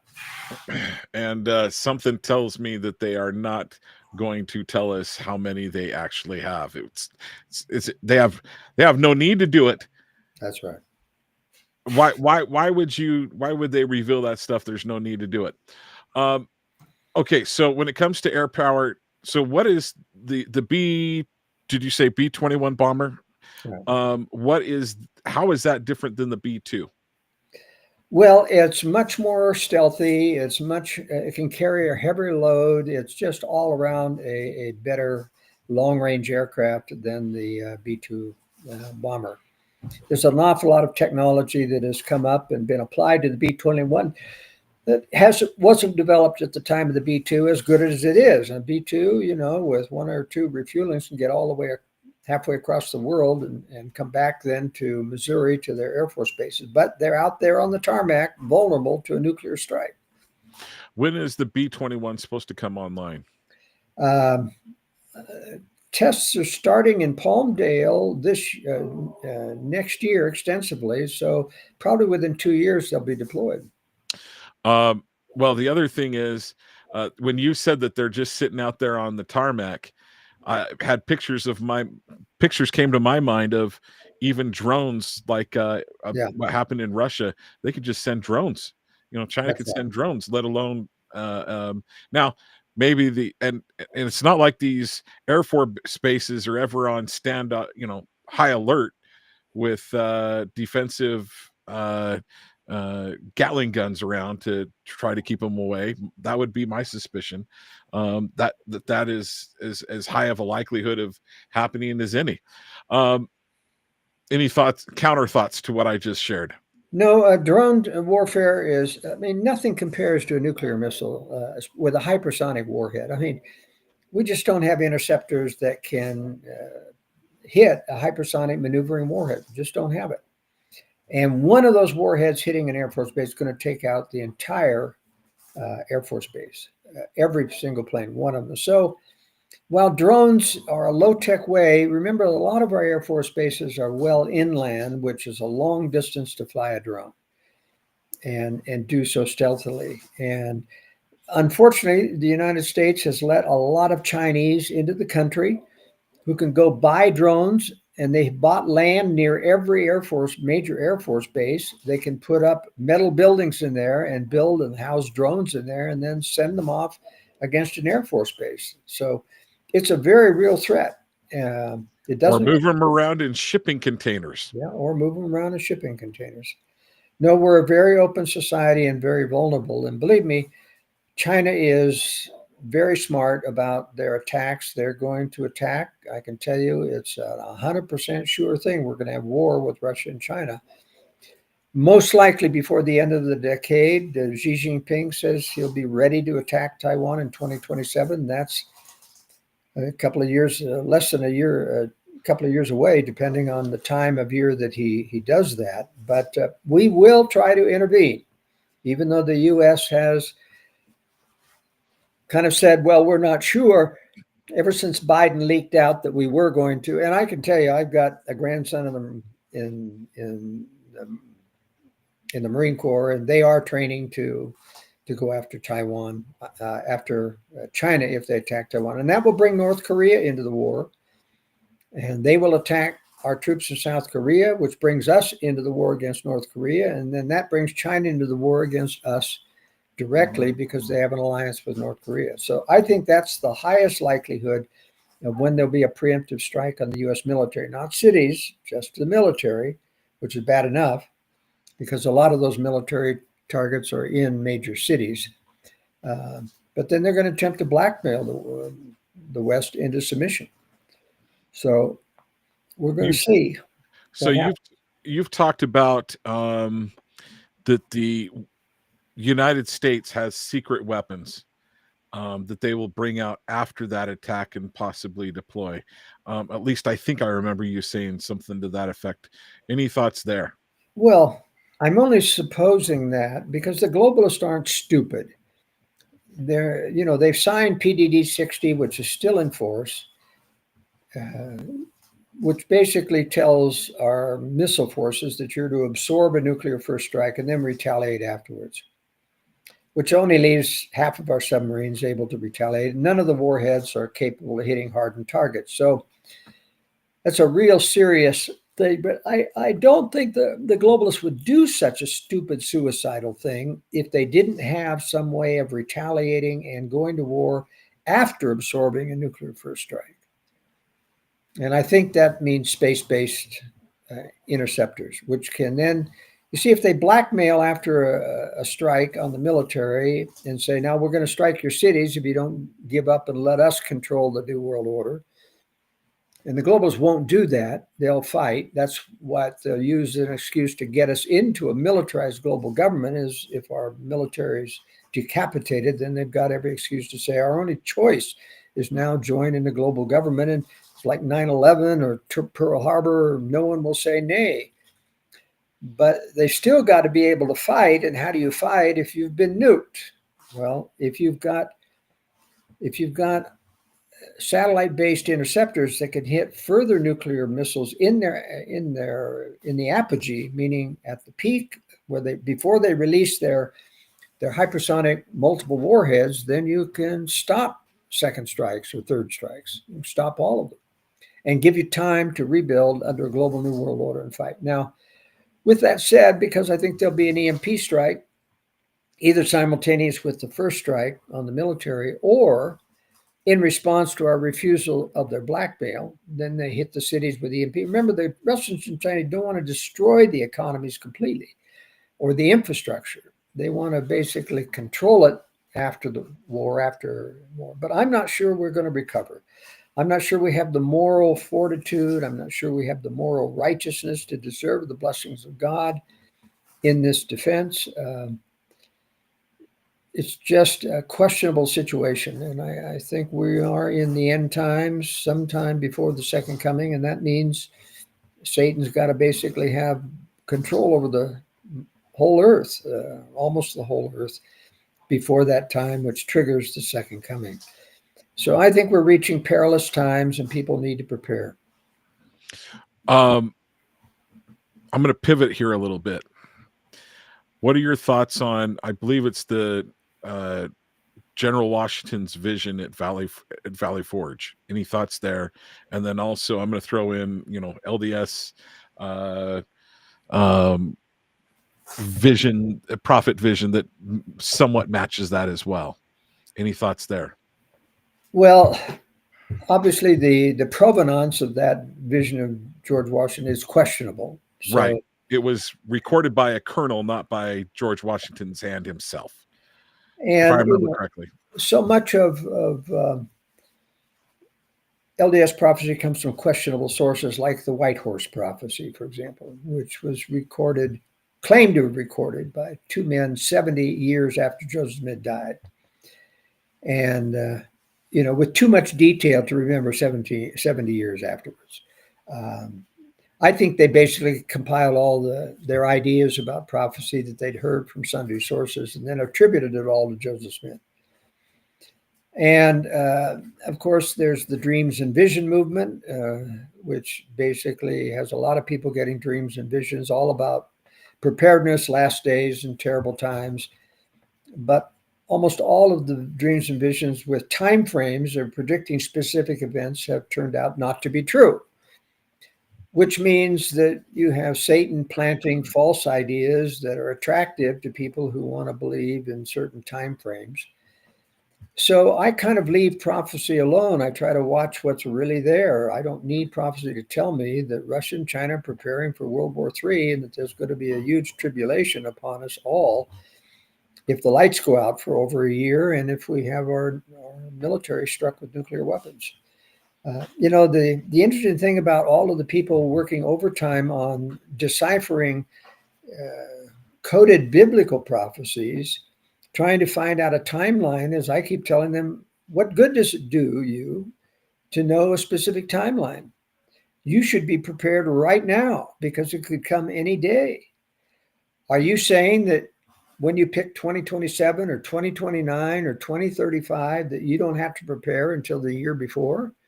That's really foolish. You don't need to know the exact time. You just need to know that there are existential threats out there ready to strike, and they're going to strike, and you need to be prepared right now. And if it doesn't come this year and doesn't come next year, so much the better. You got more time to prepare. But after my speeches, I had people come up and say, I just don't have the money to prepare. And I said, well, we may have 2 or 3 years left. We may have 4 or 5. Don't accept your current condition as permanent. Work, save, sacrifice, do what you can, but you don't want to be in a major city when this happens because there's going to be starvation, there's going to be pillaging, and there's going to be rape and robbery and murder. You just don't want to be there. So you may not be able to afford a formal retreat and build it yourself, but you can work with family or friends or neighbors or anybody else that's outside the big cities where you can help, share cost and get preparedness and stockpile some things outside the big city where you can retreat to. It's going to be a very important strategy. I've appreciated you sharing that for years. Let's see. Let's also hit.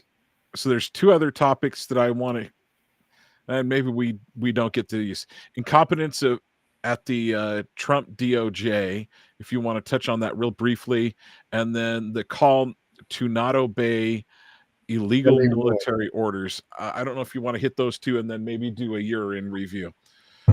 Well, we've already really covered illegal order. There are such things as illegal orders, and you need to disobey them. But my advice to military people, too, is don't plan on a long-term military career because you don't want to be in the military when all the military bases are struck by nuclear weapons in a preemptive strike. The U.S. has already indicated with Presidential Decision Directive 60 that they intend to absorb a nuclear first strike.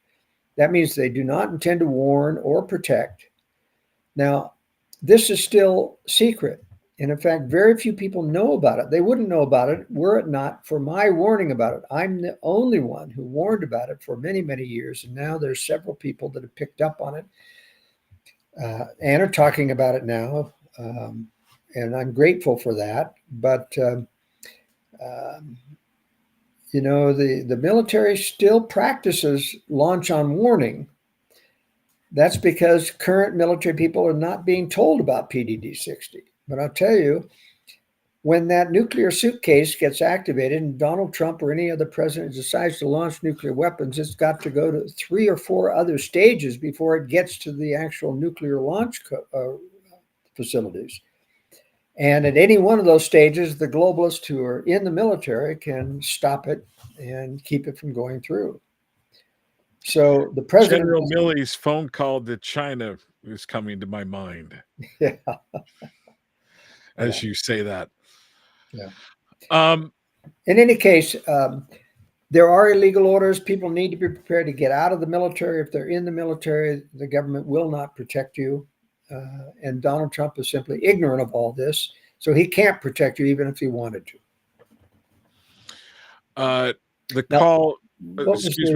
What was the other topic that you wanted me to? Incompetency at the DOJ. Well, I'll only say that if everyone will look on the internet for Blaze TV and his name just skipped my mind. Come on, help me out, John. Who runs Blaze? There's Glenn Beck. Glenn Beck. Okay. Yeah. Just look on YouTube or anything, Glenn Beck's diatribe about I'm not going to take it anymore. He gave a marvelous speech about I am so tired of doing all the investigative journalism and research and finding out all of the evils that have been done in the name of the government and turning the information over to the Department of Justice and the Trump administration. They do nothing. No one ever gets prosecuted for January 6th. No one's got prosecuted for the Russia hoax. No one's got prosecuted in the Hillary Clinton Foundation. No one's got prosecuted for the murder of Seth Rich and for all of the disinformation that has gone out and misuse and lawfare for going after Donald Trump. Letitia James has just been exonerated by the judge and the case dismissed.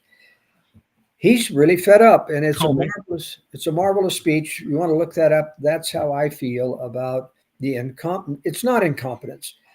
I'll tell you, Kash Patel and Pam Bondi are not deep state, but that doesn't mean they haven't been talked to by people who they don't know are deep state, who have warned them off. I mean, both of those people came out and said that Jeffrey Epstein committed suicide in his cell, and I've proven in the World Affairs Brief that's impossible.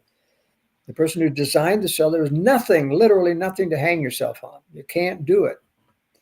And the video cameras about the cells have been falsified. It's not the cell that he was actually in. The government is, and the Donald Trump administration has not released anything sensitive on the JFK assassination. They haven't released anything in the Martin Luther King files. Or is it because those have been scrubbed from the official records? Well, no, the real meaty stuff is in the National Archives, sealed up for 50 years. It's long since passed the 50 years on the Martin Luther King files. And the FBI director, deputy director after J. Edgar Hoover told me on the telephone when I was in Washington, he said, there are 13 file cabinets from the FBI that the government took away and stashed in the National Archives. And 8 of those file cabinets are about pornography. They're about his nightly affairs, almost every night with prostitutes that we recorded and documented.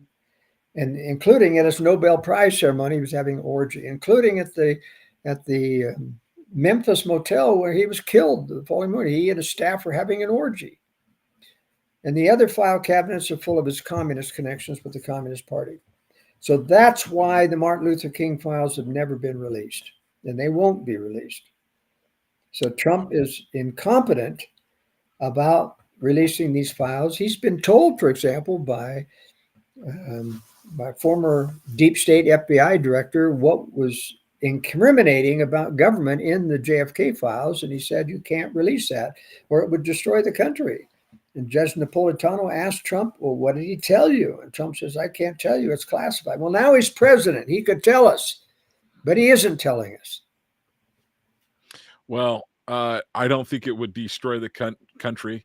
It actually go to healing the country quite a bit. In fact, right. I think that's the direction that it would head it. Well, Joel, we're coming up to 6 o'clock. Yeah. I want to say thank you so much for joining us again here. Second Tuesday of the month, from 5 to 6. You join us in the last hour.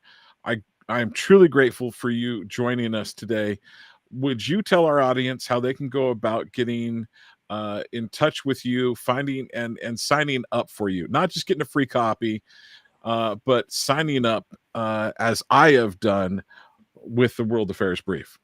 Well, you have to get the free copy to tell how to sign up because it has all the options on how to sign up by the month or by the year or by every 2 years. It's only $48 a year or $5 a month. But you'll get information you can't find anywhere else in the World Affairs Brief.